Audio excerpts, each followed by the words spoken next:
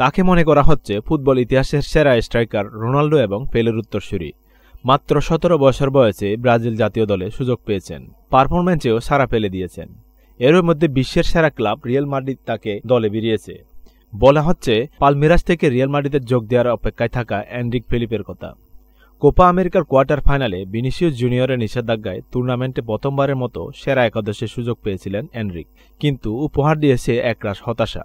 এবারের কোপা আমেরিকার কোয়ার্টার ফাইনালে ব্রাজিল পেয়েছিল সবচেয়ে শক্তিশালী প্রতিপক্ষ দল।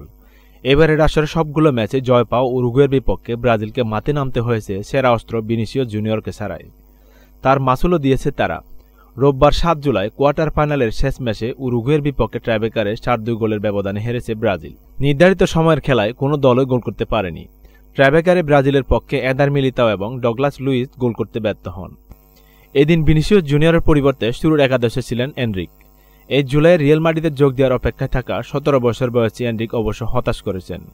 ব্রাজিলের জার্সিতে এর মধ্যে ৩ গোল করা এই স্ট্রাইকার প্রত্যাশার কিঞ্চিত পূরণ করতে পারেনি। না পেরেছে উরুগুয়ের রক্ষণভাগ ক্রাস ছড়াতে, না পেরেছে সতীর্থদের সাহায্য করতে। উরুগুয়ের বিপক্ষে এনরিকের হতাশাজনক পারফরম্যান্সে রীতিমতো বিস্ময় জাগিয়েছে সমর্থকদের মনে। ফুটবলের পরিসংখ্যানের হিসেব রাখা অপটা জানিয়েছে ম্যাচের পুরো ৯০ মিনিট খেলার সত্ত্বেও এনরিক মাত্র একটি সফল পাস দিতে পেরেছেন। ম্যাচের শুরুতে সেন্টার করার সময় পেছনে দেওয়া পাসটাই পুরো ম্যাচে তার একমাত্র সফল পাস।